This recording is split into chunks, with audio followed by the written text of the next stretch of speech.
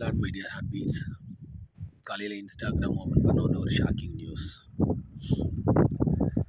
இன்ஸ்டாவில் நிறைய பேரை நம்ம கடந்து போகிறோம், நிறைய ஃப்ரெண்ட்ஸ் இருக்கிறாங்க, டிஃப்ரெண்ட்டான பீப்புளை நம்ம ஃபேஸ் பண்ணுறோம், பார்க்குறோம். ஸோ எல்லாரையும் பிடிக்கிறதில்ல, ஆனால் சில பேரை மட்டும் நமக்கு ரொம்ப ஹார்ட் டச்சபிள் பர்சனாக இருப்பாங்க இல்லையா? ஸோ ஒரு சோல்ஃபுல்லான பர்சனாக இருப்பாங்க. ஸோ அந்த வகையில் ராகுல் டிக்கி பிரதர் வந்து ஒரு நல்ல என்டர்டெய்னர், நல்லா காமெடி பண்ணி மற்றவங்களை இமிட்டேட் பண்ணி ஒரு காமெடி வீடியோ போடுற ஒரு ஃபெமிலியரான இன்ஸ்டா ப்ராப்ளம் தம்பி.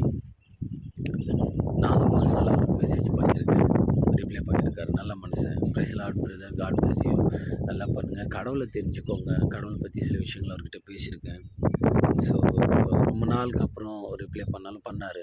ஸோ கடவுள் நல்லவர், அது விஷயம் இல்லை. பட் ஆனால் ஒரு அதிர்ச்சியான செய்தி என்னென்னா, நேற்று இரவு வந்து ஒரு ஈரோடு மாவட்டம் கவுந்தம்பாடி பக்கத்தில் சாலையில் இருக்கக்கூடிய அந்த மிடில் இருக்கக்கூடிய மோதி இறந்துட்டார்.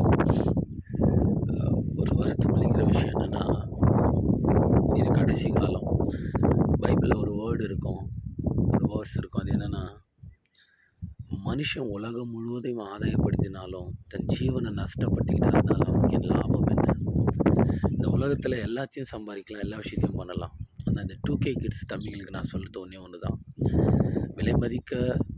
விலை மதிப்பே இல்லாத பெரிய பெரிய வாகனங்கள், பைக் வந்து லட்சக்கணக்கான ரூபா கொடுத்து பொருளை வாங்கிக்கிறது, தலையை சரண்டிக்கிறது, கையில் டேட்டு போடுறது, கிழிஞ்சு போன பேண்ட்டை போட்டுக்கிறது, இப்படி வெளியரங்கமான அடையாளங்கள் தான் உண்மையான அழகுன்னு நினச்சி வேகமாக நகர்ந்து போகிற இந்த வாழ்க்கையில், சீக்கிரமாக பறந்து போகிற இந்த வாழ்க்கையை குறித்து கவலைப்படுறதே இல்லை.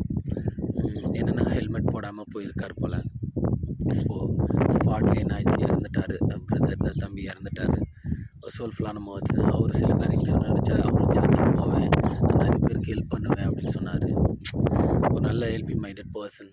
ரொம்ப வருத்தமான விஷயம் என்னென்னா, நான் காலையில் அதை பார்த்தோன்னே ரொம்ப அழுதுட்டேன். ரொம்ப டச்சபிளான ஒரு விஷயம் என்னென்னா, விலை மதிப்பே இல்லாத ஆத்மாவை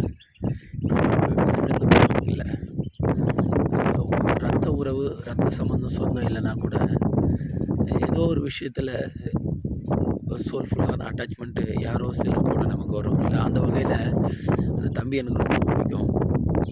but we lost him today. So நமக்காக ப்ரேயர் பண்ணிக்கோங்க. ரெஸ்ட் இன் பீஸ் ராகுல் டிக்கி. அதுக்கப்புறம் மெயினாக நான் சொல்கிறது என்னென்னா, இந்த வாழ்க்கை ரொம்ப பர்பஸோடு நிறைஞ்சுதுங்க. இப்போ இழந்து தவிக்கிற திருமணமாகி சில மாதங்கள் தான் ஆகுது.